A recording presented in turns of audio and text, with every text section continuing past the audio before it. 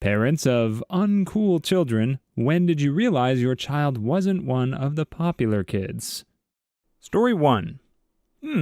Aside from being a total geek for old school Mega Man, my 11-year-old is crazy proper and very white in an almost all-black school. He gets called Whitey constantly, and kids from the bus have beat the crap out of him and his little brother on more than a few occasions.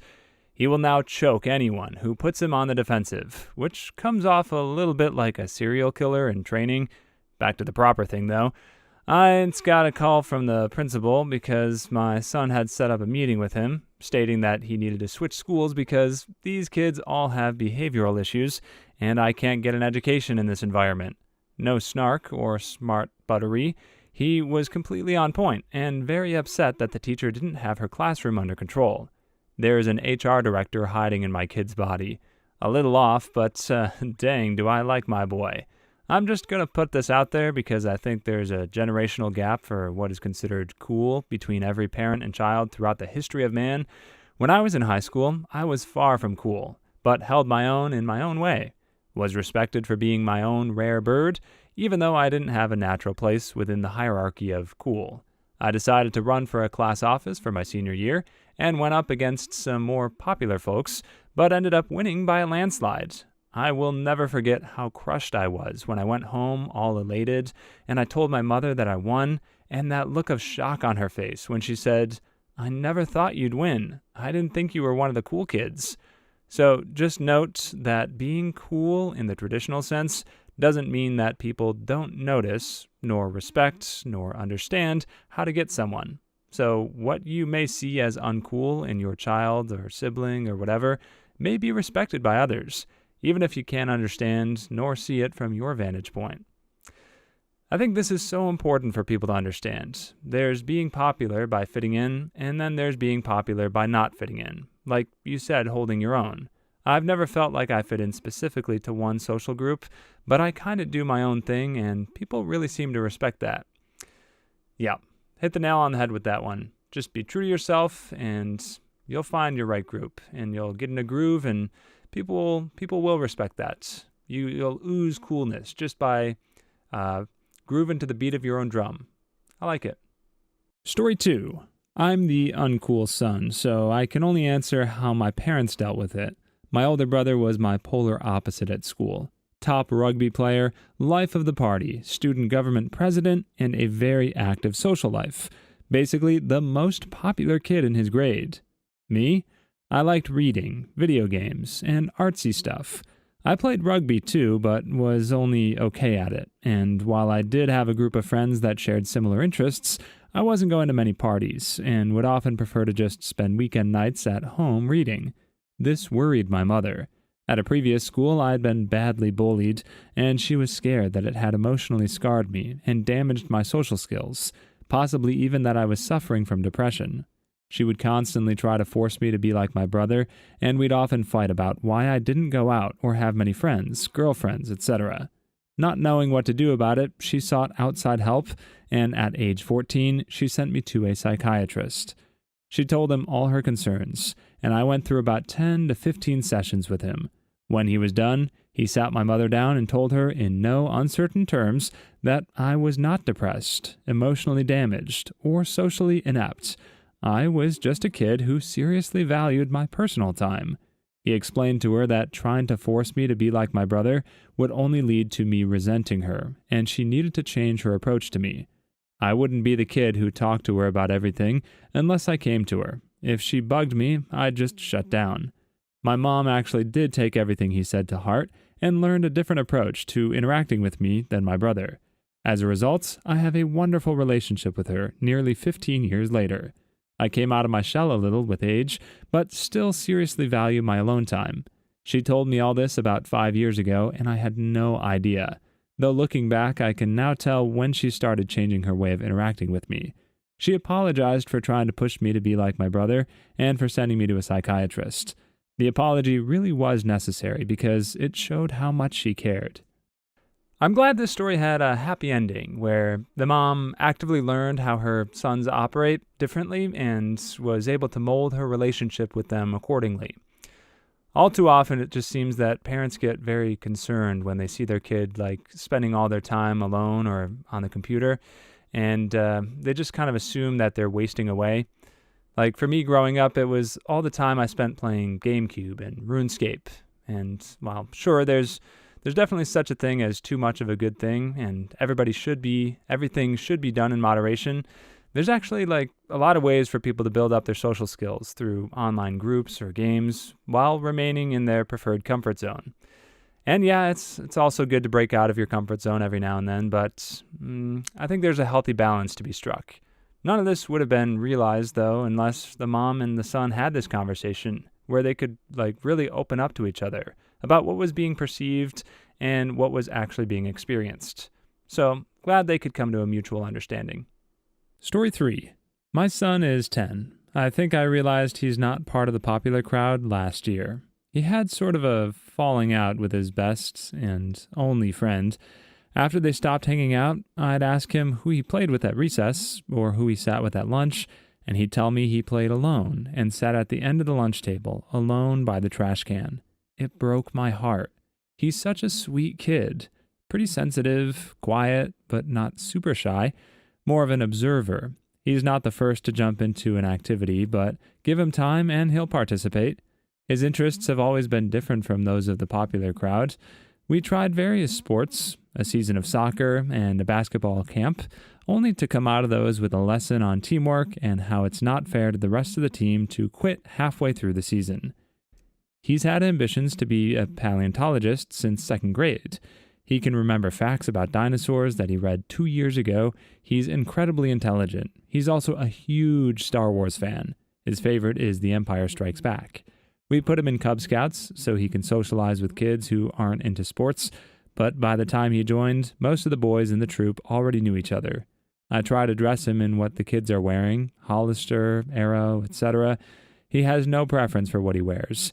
And if I can take away one thing that kids always single other kids out for, then I'll do it. Overall, I think he'll be okay. He's got 2 or 3 friends with similar interests. He's a smart kid. If he can get through middle school and high school, I think he'll do just fine.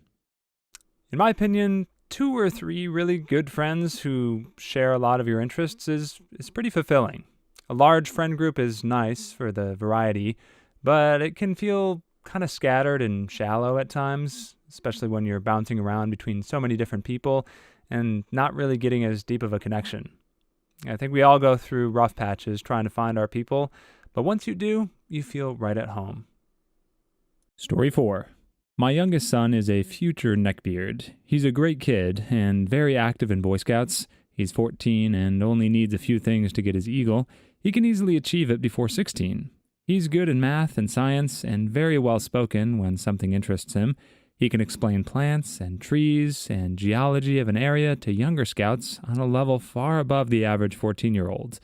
But outside of scouts, he's very socially awkward. He has a hard time making friends unless they're scouts or gamers. He's overweight, but not morbidly obese, and I guess average looks. I wish more of my wife's genes had kicked in. At home, it's all Xbox and computers. He has no interest in the outside world. If I ask, hey, let's go walk the dogs down by the river, I just get, nah, I don't feel like it. If I'm working in the yard on a hot day and my wife says, why don't you go and see if your dad could use some help? His reply is usually, if he needs me, he'll come get me. He's had his few middle school girlfriends that we all know are counted in weeks, but when they break up, he's devastated and becomes a recluse for a while. His room is generally clean, but still smells of feet and butt. He won't shower or change clothes unless we tell him to. We actually held off to see how long he would do it. He wore the same t-shirt for 5 days, over summer break. I didn't ask about underwear and socks. We just explained it and told him to shower and change. Too long didn't read. Good, smart kid on the path to become future neckbeard that the internet makes fun of. Story 5. I can flip this one for you. My parents are super nerdy. They'd show me pictures of them, pre-having me, from sci-fi conventions. When I was little, they would drag me to their medieval reenactment society. My dad is a total computer and gadgets nerd. I was just never into the things they're into. I read the classics. They read Isaac Asimov. I liked Gossip Girl. They liked Doctor Who. I wanted to go to concerts. They wanted to go to the Renaissance Festival. High school came around and I started going out to parties, was nominated for Homecoming Queen. College came and I joined a sorority. My mother swears she doesn't know where I came from because we're so different. She always jokes about the fact that she, of all people, had a daughter who was on the homecoming court and in a sorority. To go along with that, my mom was definitely bullied as a child. She's never really gone into it, but I can tell it was painful for her. But you know what? The older I get, the more I realize how awesome they are, because they do what they like and they don't care what others think. I never had the self-confidence to do that, to stand out like that when I was in high school. My dad wears rainbow suspenders, and he rocks them. My mom is so weird, but in such a lovable and sincere way, it's hard not to like her. I see the snickers people give her, and I've heard the comments, even if she hasn't. But probably one of the best things I've learned from their nerdiness is that you should and can unapologetically and wholeheartedly be yourself and enjoy what you enjoy. The definition of cool is not caring what others think and being comfortable in your own skin. If you can find something that you enjoy, lean into it unabashedly. Oftentimes, a person's passion for something is so contagious that when you see how much joy it brings them, it just rubs off on you. Nowadays, with nerd culture being embraced, I don't think there's really any traditional hobby that controls what cool is. I'd say gone are the days when you have to be a jock or a cheerleader to be popular. Talent in anything nowadays is cool, and if you're kind and friendly on top of that, then popularity will come quite naturally. Story 6. I knew before kindergarten that our son was not cool. He is an artsy, strange, nerdy kid that is bad at sports. He couldn't catch a ball when all the other boys could. He's also brilliant, has near perfect pitch, can tell a joke better than anyone his age, and is particularly empathetic. He always consoles whoever's having a bad day. One of the aspects of his behavior that clued me into his wonderful nerdiness is that he'd construct a pretend world with all sorts of characters and scenarios and could not understand why the other kids, excepting a few like-minded lovable oddballs, did not want to participate. He's picked on. It's amazing how cruel 5-year-old children can be. He's the target of the alpha male types. Until second grade, he did not realize that he was uncool, but then it hit him. He's now 10 and in 4th grade. His teachers tell us that he's well-liked, but he does not have any friends, which my wife sees as a problem, but I don't. He asked me once when he was 7 why other kids didn't like him. I pointed out that lots of people like him, just that the cool kids didn't want to include him in their clique, and that's okay. I let him know that neither his mother or I were ever cool, and we've done okay for ourselves in this world. He'll do fine in high school, honestly. The kids at my school love people like that. Get him into guitar and make sure he has some sense of how to dress, and he'll do great. Story 7. I don't know if she's uncool yet because she's too little, but I witnessed a situation that brought up a lot of feelings. My 4-year-old daughter went to a birthday party for a little girl from her kindergarten. They had these mini blow-up jumping castles. I noticed 2 little girls standing at the entrance of one that blocked it when my daughter tried to get in, and made up some rule about why she couldn't. I did laugh my butt off when my daughter immediately thought, screw it, and just ran around the back to the other entrance. But the girls got up and went to another one when my daughter hopped in, leaving her there alone. I got really depressed just watching her play by herself, and the other girls being mean. Part of me wanted to deflate the other castle, sealing the little girls in a rubbery tomb. The other wanted to run over and just hug my daughter and never let go. Needlessly to say, I bought her lots of lollies and played with her like crazy after the party. But then a few days later, when I dropped her off at the kindergarten, some of the girls called out to her and ran over and started playing. I can't figure out toddler social dynamics. Toddlers are the masters of arbitrary hatred. Story 8. Sometime around middle school, it became apparent that regardless of who she tried to be friends with or how much effort she put into being social, she was always the odd one out, always the friend and never the best friend. No one calls her to hang out or go anywhere. She doesn't date. I still haven't figured out why, unless it's basic not wanting to be seen with someone who might be a lesbian. This is the southern U.S. after all. It's killing her, It's killing me to see how isolated and left out she is. She's nearly done with high school, and I can only hope that college will be better. For now, she has an online group she considers friends. There's that at least. Yeah, I wouldn't worry too much. She knows who she is as a person and what she enjoys. Let her pursue that. It's very probable that out of the limited number of kids present in her high school, there just aren't kids that share her tastes. Story 9. I'm an uncool adult. I was never popular at school. I'm 51 and was pretty much a nerd before it was a recognizable thing. I liked math, computers, and philosophy, and didn't like sports. In Australia in the 70s, I was quite unpopular. Much to my surprise, my children are both popular, and my son in particular is very cool. He's good-looking, already making some money as a child model. He's not very verbal, tends to give 1- or 2-word answers to things, often reacts coolly to new situations, makes friends easily, and is quite popular at school. When he was younger, in social situations, I tried to guide him. Don't talk to that stranger. Leave those people alone. You don't know them, etc., etc. But now, at 5, I just leave him to it. He's actually better at these things than me. He just goes straight up to a new group of kids and, within moments, is accepted. I find it a bit surprising, but I'm quite happy for him. Story 10. I had 6 children, 5 girls and a boy. Some were popular and some weren't. My unpopular, kind of reserved and socially awkward during primary school, son is in med school and will be a doctor next year. I don't think popularity is necessarily a good criteria for judging how your child is doing. In some classes, the kind of behavior that allows you to fit into a class and be popular is not all that positive, such as bullying more vulnerable children. I think the most important thing is for children to be true to themselves and who they are, and not compromise that to fit in. Hopefully, they will find friends who are like them. I thought that it was interesting that the creators of South Park were nerdy kids who didn't fit in. Sometimes the most successful school children are not at all that successful when it comes to real life, and the children who are strong enough to be themselves can be quite successful. Story 11.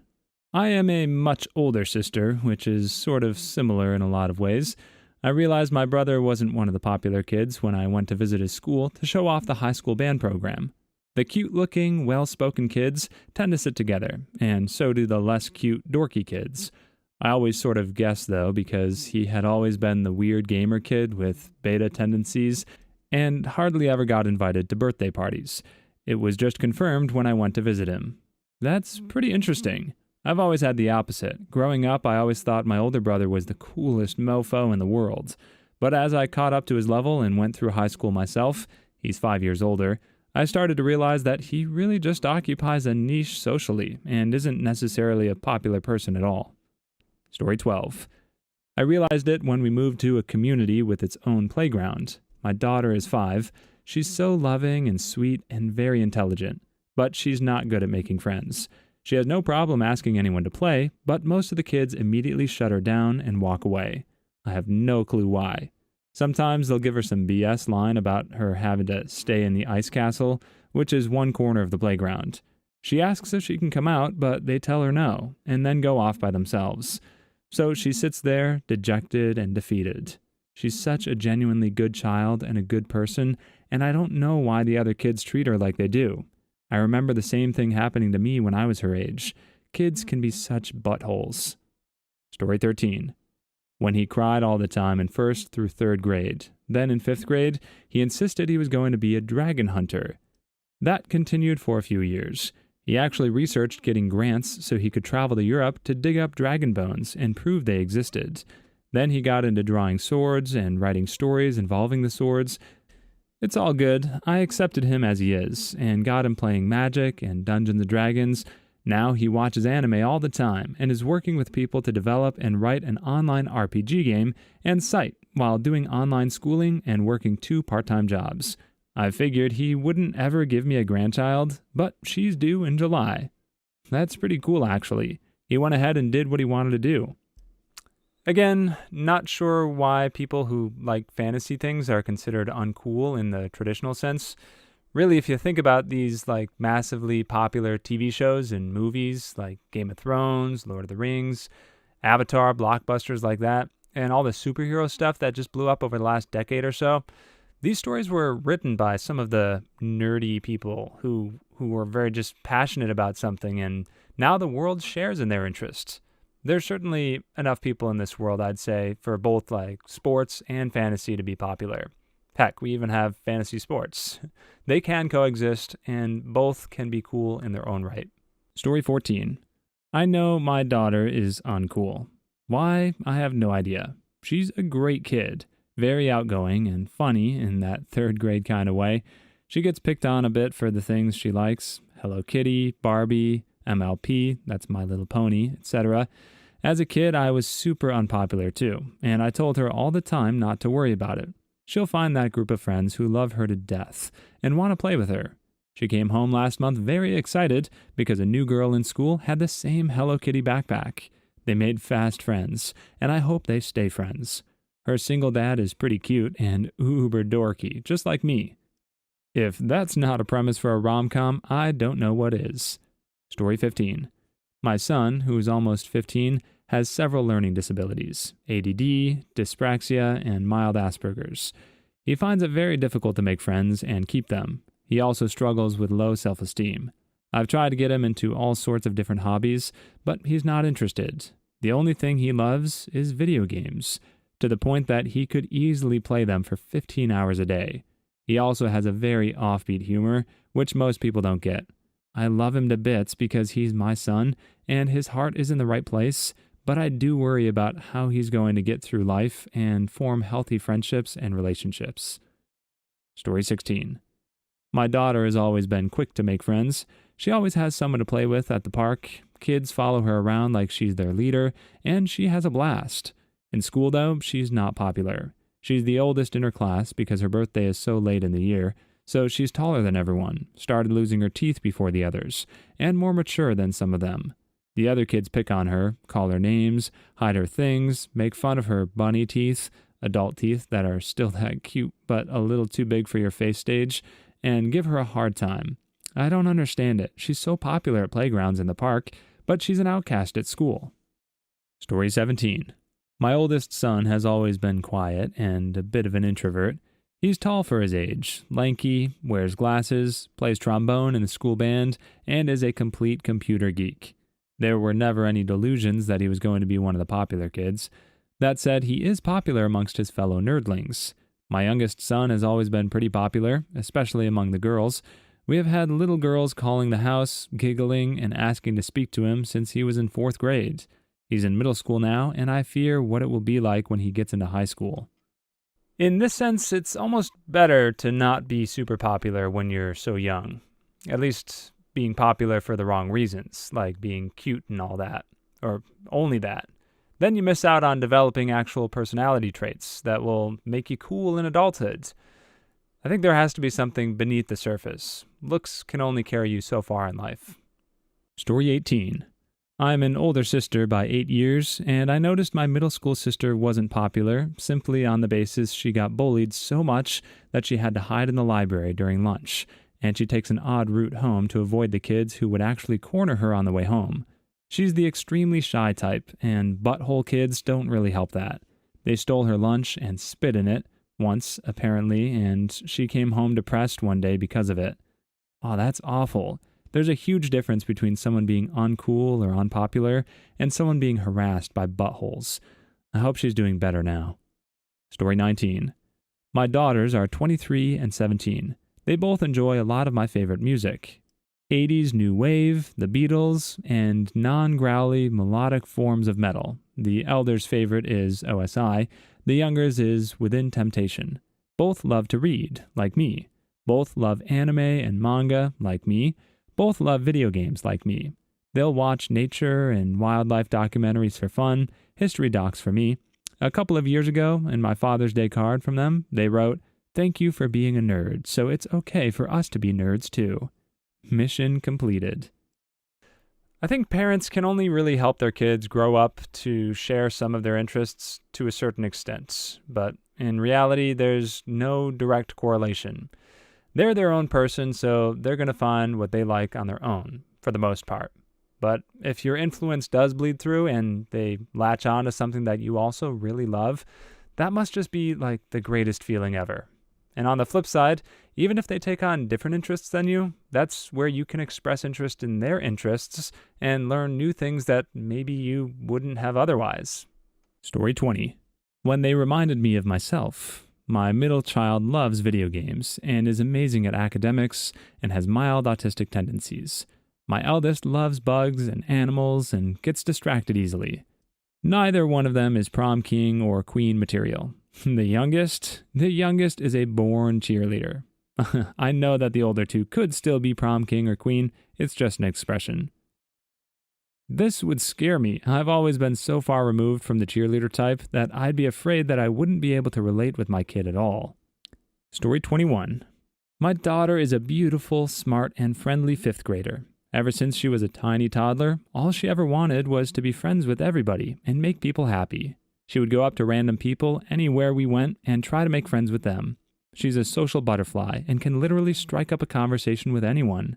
Last year, we invited her entire class of about 20 kids to her birthday party. Nobody RSVP'd. It broke my heart. Story 22. Sucks to think parents have to think about this stuff. I'm graduating high school in a few months, and I don't want my parents to throw me a grad party for this exact reason. I doubt anyone would come to it. I've got a fairly large group of friends, but I'm close with none of them. I kind of float around, not close to anyone, and on decent terms with everybody. Story 23. I was one of the, your insert older sibling's name, little brother. It wasn't too bad. I had my group of friends and was fine. It did get a little annoying at times, but such is life. I feel you, bro. My older brother was deputy head boy, and my younger sister was and is head girl. Massive comparisons were made. Looking back on it, they were complete teacher's pets. Story 24. My oldest is a crybaby. I love him to bits, but he's a whiner of the highest order. I guess I realized it about when he left kindergarten. He's in 5th grade now, and he still curls up in a ball with real tears whenever he thinks he might be in trouble, even if he isn't, which he almost always isn't. I love him, but it's sad. Story 25. There's a 10-year difference between me and my youngest brother, and I first noticed that he was just not a cool person when I picked him up from school and found out that he has a tendency to hiss like a cat at people when they said something he didn't like. God, I love the little weirdo. Story 26. My parents moved, and my little sister had to start high school in a new town, and I was worried she wouldn't make many friends. I was excited when she joined a small group and started hanging out with them, until she wore a fake tail to school one day. Oh dear. Story 27. Fair warning, parents. If your kids are uncool, they're probably tech-savvy. Clear your history before they find out you were on Reddit talking about how uncool they are. As a semi-uncool kid, this is entirely true. Please leave your stories in the comments. I'd love to make a video of them in the future. Also, don't forget to like and subscribe.